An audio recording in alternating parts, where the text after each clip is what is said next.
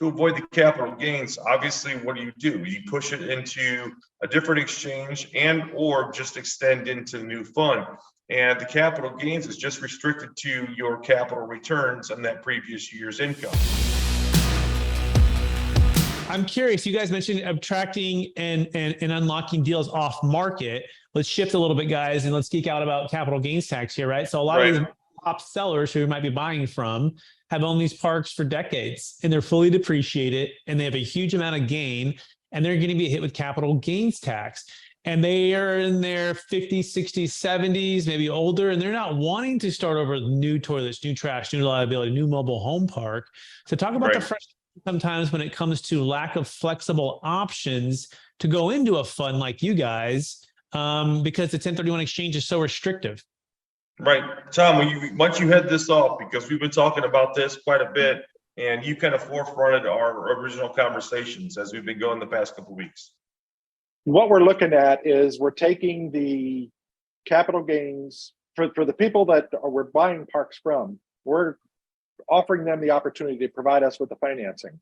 So they're getting a good return on their money, and the cash that they do take out that they have to pay capital gains tax on, they can roll what's left back into our fund and buy additional shares in the fund and start receiving the returns that they're looking at, that our investors are looking at. The other side of that, at the end of the finance period, there's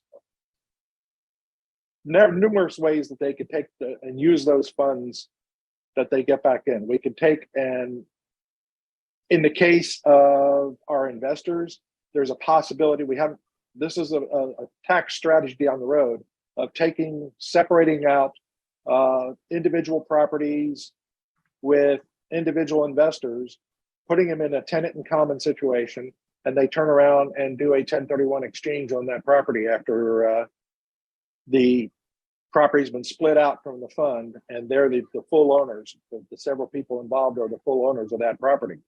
They can do a tenant in common ownership structure, which allows them to take and roll that money into a 1031 exchange and buy additional properties. Or if they want to pay the capital gains, they can come back in our funds and take advantage of what our other investors are receiving for returns.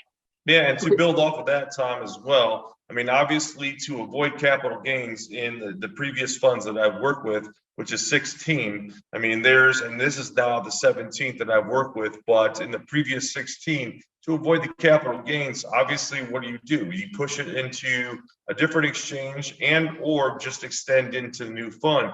And the capital gains is just restricted to your capital returns on that previous year's income, or the previous year's or previous fund. So we had several investors in the funds that I'd worked with in the past keep carrying over. Some didn't want someone to remain passive. Some never wanted to be passive. They wanted to be joint venture, but they would extend the gains that they had taken into their certain initial capital they plunged in, and they'd push it into the next fund. Okay. All right. There's a lot there. So like just creative seller carryback with taking some cash, paying tax, going into a fund, doing like a TIC drop and swap, a lot there. All that sounds really good. Let me know when you guys start doing those, because I want to see them. And then we do have some flexible, I think simpler.